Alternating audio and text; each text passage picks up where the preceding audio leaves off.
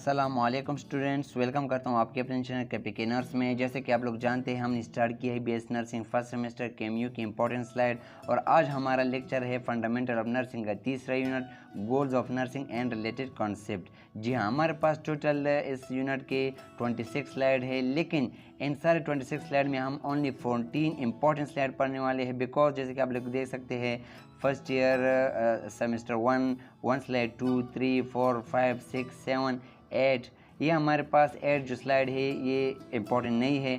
और इसके अलावा अगर हम निकाल दे क्वेश्चन एंड आंसर स्लाइड को और इसके अलावा थैंक यू स्लाइड को और रेफरेंस स्लाइड को, तो हमारे पास ओनली 13 और 12 स्लाइड आते हैं जो इम्पोर्टेंट है इस चैप्टर से, और उनसे एमसीक्यूज आ सकते हैं उन टॉपिक से। तो आइए हम पहले पढ़ते हैं ऑब्जेक्टिव को कि व्हाट इज ऑब्जेक्टिव, इस चैप्टर में हम क्या क्या पढ़ने वाले हैं। तो आइए वीडियो को स्टार्ट कर लेते हैं। By the end of the presentation the learners will be able to define basic human needs, define world health organization जो बहुत ही इंपॉर्टेंट एमसीक्यूज के लिहाज से, explain the model of the conceptual framework for generic basic program, define the goal of the nursing process, ये भी बहुत important है। तो इन तीनों चीज़ों को हम डिटेल से पढ़ने वाले हैं जो बहुत ही इंपॉर्टेंट है, एमसीक्यूज आ सकते हैं और बहुत आ चुके हैं। तो पहले हम ह्यूमन नीड्स को पढ़ने वाले हैं। इस पर 2 स्लाइड है, फिर उस बाद में Maslow hierarchy of human need आते हैं, बहुत इंपॉर्टेंट है। उसके बाद needs are this something that are necessary for an organism to live a healthy life. एक ऑर्गेनिज्म के लिए हेल्थी लाइफ के लिए नीड्स का पूरा होना बहुत ज़रूरी है, यानी कि नीड्स ज़रूरियात का पूरा होना हेल्थी लाइफ के लिए ऑर्गेनिज्म के लिए बहुत ज़रूरी है। It is distinguish from the wants, ये वांट्स डिफरेंट है। नीड्स और वांट में फ़र्क होता है। नीड्स जो ज़रूरियात होती है बेसिक, और वांट्स उसके बाद जो आप चाहते हैं, आपकी जो ख्वाहिशात है, डिज़ायर है ह्यूमन बीइंग की, तो उसके बाद वांट्स आता है। तो पहले नीड्स पूरी किए जाते हैं, फिर वांट्स आता है। Deficiency causes a clear adverse outcome, dysfunction और डेथ। अगर इसमें कोई डिफिशिएंसी आ जाती है नीड्स में, तो फिर ये डिसफंक्शन यानी कि डिसफंक्शन, हमारी नॉर्मल लाइफ की फंक्शन डिस्टर्ब होती है। हाँ, डेथ भी काज हो सकती है अगर ह्यूमन नीड्स में एबनॉर्मली चेंजेस आते हैं। There are 3 types of human need. तो ये भी इंपॉर्टेंट है कि कितने टाइप्स है। 3 टाइप्स ऑफ ह्यूमन नीड है। पहला ऑब्जेक्टिव और फिजिकल नीड, ये भी आ सकता है कि objective needs is also called physical needs. और दूसरा हमारे पास सब्जेक्टिव, ये भी आ सकता है कि subjective needs is also called. और तीसरा सेल्फ फुलफिलमेंट नीड्स। तो हमारे पास 3 टाइप्स हुए। पहले टाइप्स में हमारे पास फूड शेल्टर सिक्योरिटी आता है, यानी कि रोटी कपड़ा मकान और हिफाजत। तो ये हमारे पास बाहर की दुनिया ऑब्जेक्टिव में आता है या फिजिकल में आता है। और दूसरा हमारे पास सब्जेक्टिव यानी कि जो बंदा, जो ऑर्गेनिज्म है वो ख़ुद महसूस करता है, यानी कि सेल्फ एस्टीम, इज़्ज़त और वक़ार, अफेक्शन या प्यार और लव। तो ये हमारे पास सब्जेक्टिव नीड में आता है। उसके बाद तीसरा सेल्फ फुलफिलमेंट नीड्स हमारे पास जो है, ये तीसरा नीड है। और इसमें जब ये दोनों नीड्स पूरे हो जाते हैं, तो फिर हमारे पास सेल्फ फुलफिलमेंट लास्ट वाला नीड्स आता है, यानी कि सेल्फ एक्चुअलाइजेशन, यानी अपने आप को एक जगह पर देखते हैं। तो हमारे पास सेल्फ फुलफिलमेंट में क्या आता है, जिसमें बंदा डिज़ायर ख्वाहिश करता है कि मैं अचीव करूं और एक हाईएस्ट पीक लेवल पर पहुंच जाता है। तो इसमें हम सेल्फ फुलफिलमेंट नीड्स में आता है। तो ये भी इम्पोर्टेंट है। ओके जी। Maslow hierarchy of human needs, Maslow कौन था? ये हमारे पास अमेरिकन इब्राहिम मेस्लो था। इन 1943 में इन्होंने पहला पेपर इस्टेब्लिश किया, a theory of human motivation. तो ये हमारे पास यही डिटेल में यहाँ पर पढ़ने वाले हैं, जिसमें 5 कैटेगरी आते हैं। तो पहले हम पढ़ते हैं कि कौन है ये मेस्लो। अमेरिकन साइकोलॉजिस्ट थे, पूरा नाम इब्राहिम मेस्लो था, और ये professor of the psychology at Columbia university में था। Creator of Maslow hierarchy of need, जिसमें अभी हम पढ़ने वाले हैं, इसने एक हायरार्की ऑफ नीड्स थ्योरी पेश की थी। A 5-stage triangle assume that a person attempt to satisfy the more basic need before directing behavior towards satisfying the upper level need। तो इसमें ये कहा जा रहा है कि इसमें 5 स्टेजेस है, और ये ट्रायंगल इन शेप है, 5 स्टेजेस है, जिसमें इन्होंने कहा है कि अगर कोई भी ऑर्गेनिज्म अपर लेवल में जाता है तो उसको चाहिए कि पहले वो बेसिक ह्यूमन नीड्स को पूरी करे। तो अभी इसको हम यहाँ पर पढ़ने वाले हैं। इस चैप्टर का important topic Maslow hierarchy of needs है। ये ट्राइंगल है। जी हाँ, ये ट्राइंगल बहुत इंपॉर्टेंट है बिकॉज फंडामेंटल ऑफ नर्सिंग के पेपर में बहुत एमसीक्यू इस टॉपिक से आई है। किस तरह आ सकते हैं मैं आपको बताता हूँ।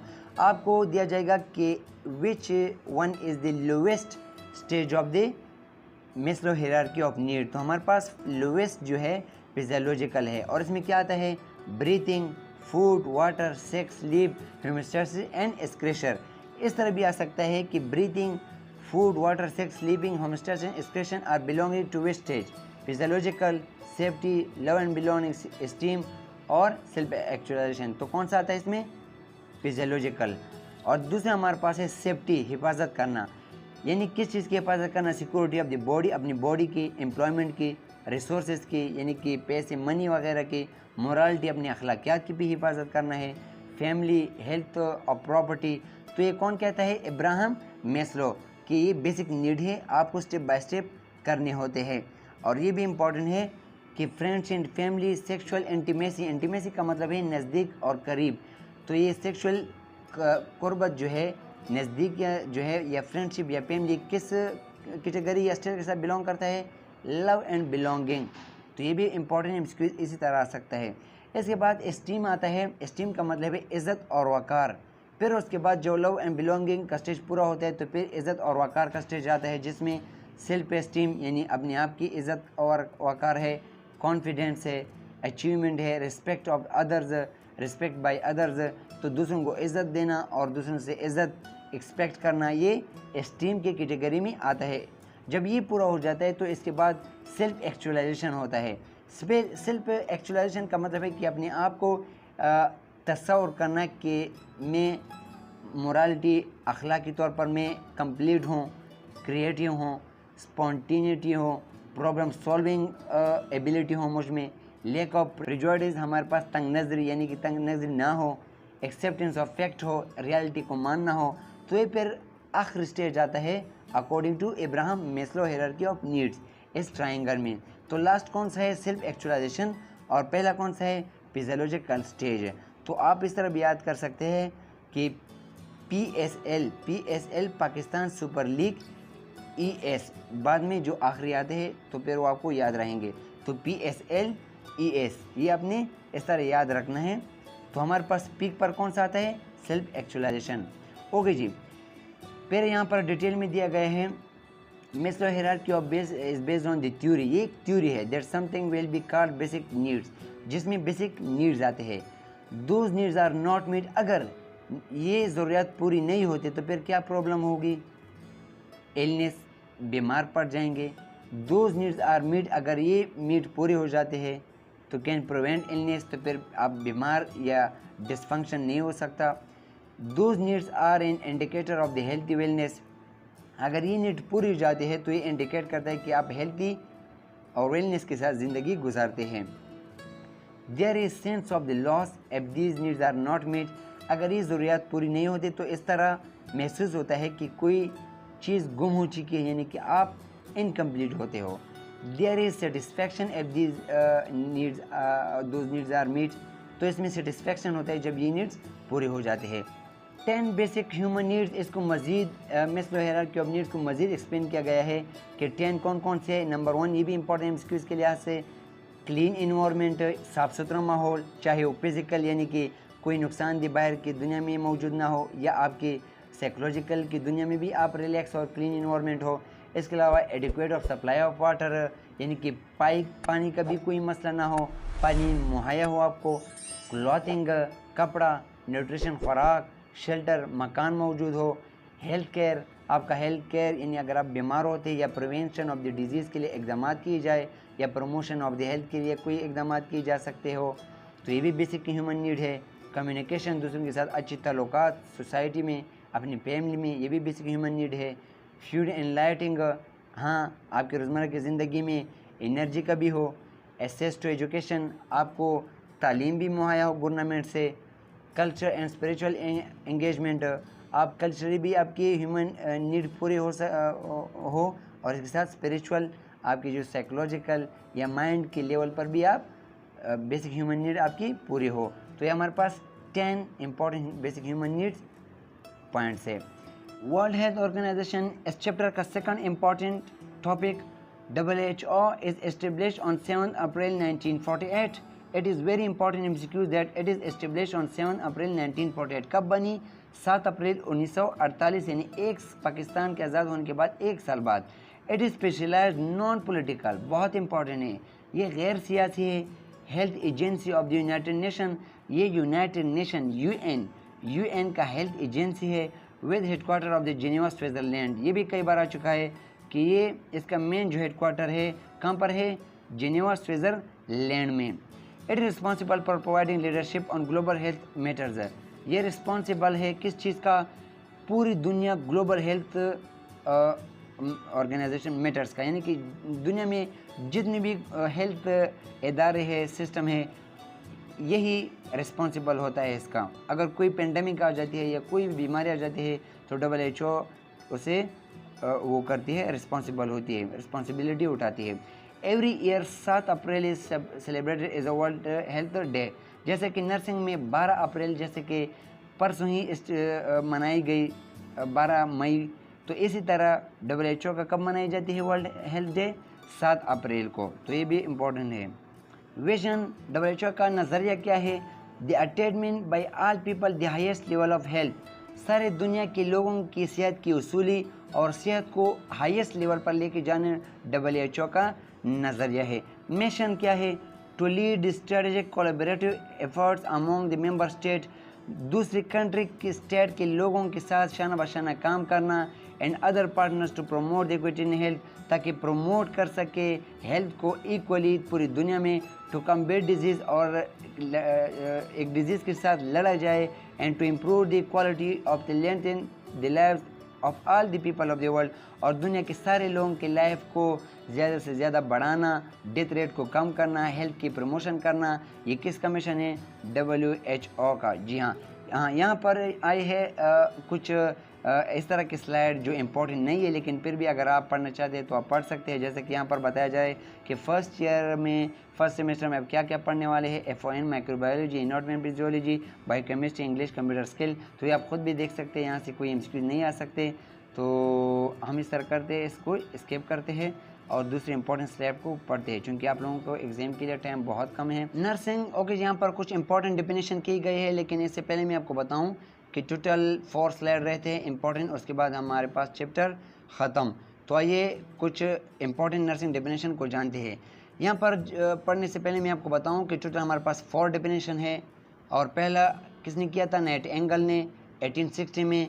उन्होंने कहा था कि the utilizing of the environment of the patient to assist the him to his recovery, यानी कि किसी पेशेंट के इन्वायरमेंट को इस तरह इस्तेमाल करना ताकि वो उसको हेल्प कर सके डिजीज़ को रिकवरी में। तो ये किसने किया था? नाइटिंगेल ने 100 साल पहले। दूसरा NA ने, अमेरिका नर्स एसोसिएशन में यहाँ पर जो डेफिनेशन किया गया है, और तीसरा WHO ने, और चौथा हेंडरसन ने।